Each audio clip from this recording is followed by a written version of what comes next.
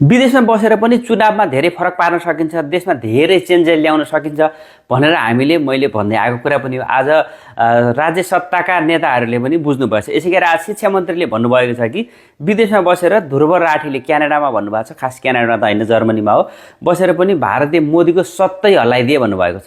ध्रुव राठीले क्यानाडामा बसेर सत्ता हल्लाइदियो। गएको इलेक्सनमा यी सिरियस युट्युबरहरूले जनताको जनमतलाई यसरी प्रभावित पारे कि उनीहरूको प्रभावले इलेक्सनको रिजल्ट तलमाथि भयो भन्ने कुरा आयो। हो, भारतीय मोदीको सत्ता हल्लेकै हो।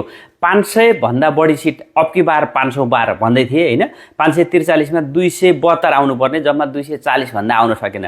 यो पुरै ध्रुव राठीकै कारणले हो, यो सत्य कुरा पनि हो र विदेशमा बस्नेले फरक पनि पार्न सक्छन्। अर्को कुरा, शिक्षा मन्त्रीलाई गाली गरिहाल्नु पर्ने कुरो छैन। शिक्षा मन्त्रीले कमसेकम यो चाहिँ बुझ्नु भएछ, मिडियाको महत्त्व चाहिँ बुझ्नु भएछ। उहाँले भन्नु खोजेको के छ भन्दाखेरि विदेशमा बसेर पनि फरक पार्न सकिन्छ। र यानी अर्को कुरा के छ भन्दाखेरि तपाईहरु पत्रकारै हुनु पर्दैन, आधिकारिक पत्रकारै हुनु, तपाईले बोल्न आउँछ, राम्रो कन्टेन्ट बनाउन आउँछ भने तपाईले सोशल मिडिया मार्फत ठूलो प्रभाव पार्न सक्नुहुन्छ भन्ने उहाँको पोजिटिभ मेसेज छ। यसैगरी यो कुरा सबै नेताहरूले यसैगरी बुझ्दिए पनि केही पनि फरक पर्दैन, यतिकै बुझ्दिए पनि हुन्छ। किन भन्दाखेरि चाहिँ सोशल मिडियाले नि यस्तो गर्न सक्छ है भन्ने पनि कमसेकम डर हुन्छ।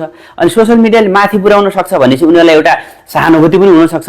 त्यो हुनाले शिक्षा मन्त्रीको यो भनाइ एकदमै ठिक छ र विदेशमा बसेर प्रभाव पनि पार्न सकिन्छ भन्ने कुरा तपाईले देखिसक्नु भएको छ। तपाईहरुले हाम्रो नेपालमा पनि अमेरिकामा टंगदाल हुनुहुन्छ, अनि उता फ्रान्सतिर एकजना पनि के भन्ने मान्छे पनि हुनुहुन्छ, धेरै मान्छेहरू छन्, त्यो तपाईले बुझ्नु भएको छ। Thank you very much.